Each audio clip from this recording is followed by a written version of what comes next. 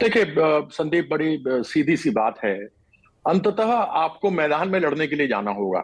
आप भारत जोड़ो यात्रा कर रहे हैं, बड़ी अच्छी बात है। आदरणीय त्यागी जी ने कहा कि उनको देश समझने का और जानने का अवसर मिल रहा है, तो अब देश समझना का अवसर इतना विलंब हो चुका है कि अब यह सोचना चाहिए कि जमीन पर जो कार्यकर्ता है, क्योंकि पन्ना प्रमुख भारतीय जनता पार्टी के शुरू हो चुके हैं। दूसरी बात, आपने ये कही राहुल गांधी जी ने कि मेरे ऊपर हजारों करोड़ खर्च की गए मुझे बदनाम करने के लिए। तो यह उनके ऊपर इसलिए हो रहा है क्योंकि वो केंद्र में है, और भारतीय जनता पार्टी यह चाहती भी है कि रीजनल पार्टियां बनी रहें और केंद्र के अंदर कोई स्ट्रांग पार्टी ना हो। लेकिन मुझे यह बता दीजिए कि ममता बनर्जी के विरुद्ध जब लड़ाई लड़ी, तो ममता बनर्जी ने लड़ी ना वहां पर, अकेले खड़े होकर के लड़ी, जबकि पूरे भारतीय जनता पार्टी का केंद्रीय कैबिनेट वहां पर था, उनकी पूरा संगठन वहां पर खड़ा था। ममता हो, ममता दीदी हो, दीदी चल रहा था, ममता बानो चल रहा था, और कहा जा रहा था ये मुसलमानों की पार्टी है और ये बीजेपी हिंदुओं की पार्टी है। बंगाल में 25% मुसलमान है, 75% हिंदू है। उसके बावजूद भारतीय जनता पार्टी को केवल 16% वोट मिले। और क्या ममता बनर्जी सिर्फ मुसलमान वोट से जीत सकती थी? नहीं जीत सकती थी। उनको 49.9%, 49.9% मिला। केसीआर के साथ क्या होता है, वही परिस्थिति बनी हुई है। अशोक गहलोत के साथ क्या होता है, वही परिस्थिति बनी है। तो यह भारतीय जनता पार्टी का शुरू से रोना रहा है कि सदैव सामने जो खड़ा है उसको, उसका नाम बदनाम कर दो। महंगाई का मुद्दा मत लेकर के आओ, बेरोजगारी का मुद्दा मत लेकर के आओ। अभी उन्होंने बोला था रेवड़ियां बांट रहे हैं, अभी फिर 81 करोड़ का किया है, खुशी की बात है। मैं तो यही कहना चाहता हूं, अगर हर साल 2 करोड़ नौकरी दे दी होती तो इन 8 सालों में 16 करोड़ होते हैं। 16 पंजे 80 करोड़ लोगों के घर में एक नौकरी होती और खाना मिलता। तो यह कभी भी नहीं आएंगे। यह 1941 के पहले से इनका खेल है। जो माफी वीर था, जिस समय भारत छोड़ो आंदोलन की तैयारी हो रही थी, तो माफी वीर जाकर कह रहा था कि आप अंग्रेजों की सेना में जुड़िए, ये सुभाष चंद्र बोस जी की सेना में मत छोड़िए, मत जुड़िए आप।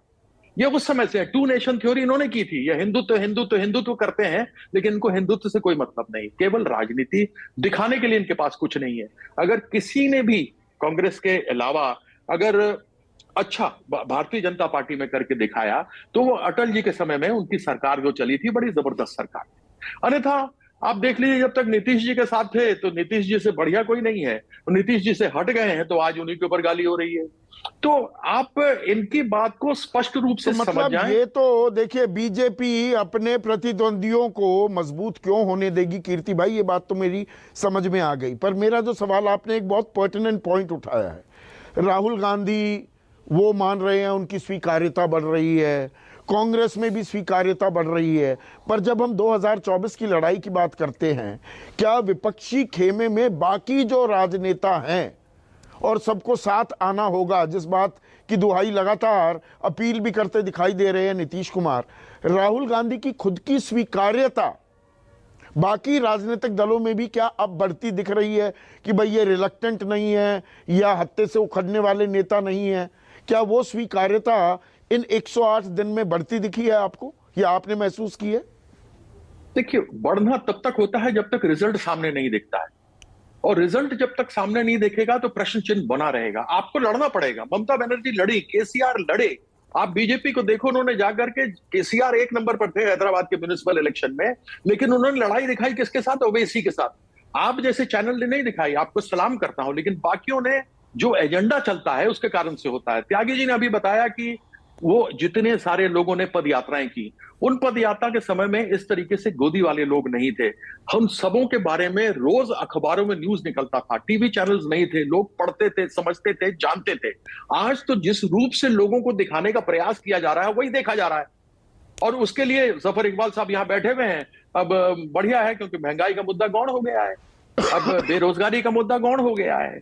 जो देश के अंदर जो कहा गया था बहुत हुई पेट्रोल डीजल की मार, अब की बार किसकी सरकार?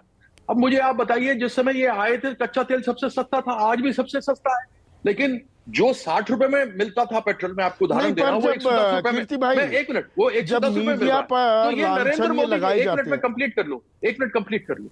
तो यह जो कहते हैं कि हाँ नरेंद्र प्लीज मोदी जी प्लीज। दे रहे हैं, वो नरेंद्र हाँ, मोदी जी नहीं दे रहे हैं। वह जो पैसा जनता का टैक्स का पैसा है ना, वह पैसा लोगों के पास जा रहा है।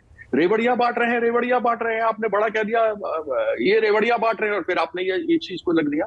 इन्होंने, इनके ही नेता हैं दिलीप घोष, जो बंगाल में इनके उपाध्यक्ष हैं। जब लाडली लक्ष्मी कार्यक्रम जब किया गया था, लक्ष्मी भंडार जब ममता जी ने किया था, उन्होंने कहा ये तो भिखारी बना दिया लोगों को। तो इनकी सोच हर एक जगह पर अलग है, एक नहीं है, स्थायी नहीं है। इनके लिए केवल हिंदू नहीं, मैं और एक मुद्दे मुसलमान पर है, आना भारत चाह और रहा था, पाकिस्तान क्योंकि है। मीडिया का भी जिक्र लगातार हो रहा है और आपने उस ओर इशारा भी किया। ये मीडिया क्या फेवरेट विपिंग बॉय हो गया है ऑपोजिशन पार्टीज का?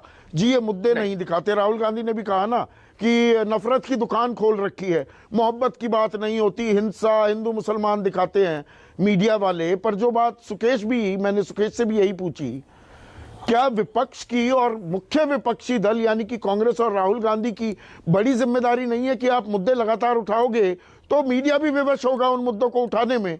आप उसमें कंसर्टेड एफर्ट करते नहीं दिखाई देते हैं। पैरा ट्रूपिंग की, 2 दिन एक मुद्दा उठाया फिर भूल गए। आप मुझे एक चीज, वही मैं एक उदाहरण देता हूं। 2G और कोलगेट के ऊपर बड़ा जबरदस्त हंगामा हुआ। मैं उसमें भारतीय जनता पार्टी में था, कॉमनवेल्थ गेम्स भी हुआ, हमने पूरा विंटर सेशन 40 दिन चलने नहीं दिया 2G घोटाले पर। कोलगेट पर हमने नहीं चलने दिया। वह प्रेस में खूब पूरी तरीके से लोगों को दिखाया गया। लेकिन जब इन्हीं की सरकार वापस भारतीय जनता पार्टी की सरकार आई, उनके ऊपर FIR कांग्रेस के समय में हुआ और दोनों जगह से 2G में जो आरोपित थे और कोलगेट में जो आरोपित थे सब बरी हो गए। वो बात दूसरी है कि जो कंपनियां थी वो पकड़ी गई, क्या गलत किया नहीं किया, वो बरी हो गए, लेकिन किसी ने दिखाया नहीं। तो एक परसेप्शन बनाने वाली बात होती है। जो परसेप्शन तब 2G और कोलगेट को लेकर के बनाई गई, आज वो परसेप्शन बनाई जा रही है। अन्यथा आपको KCR और बीजेपी की लड़ाई दिखानी थी ना, क्योंकि KCR नंबर 1 पे थे हैदराबाद के अंदर म्युनिसिपल में, लेकिन दिखाया किसके साथ? असदुद्दीन अवैसी के साथ। क्यों? क्योंकि आजकल ED है, CBI है, इनकम टैक्स है, किसी पर भी लग सकती है। इसलिए बड़े बड़े घराने के लोगों के ये चैनल है तो सभी हाथ अच्छे जोड़ शब्द करके का रहते हैं। इस्तेमाल किया। AK वाजपेयी साहब, ये लड़ाई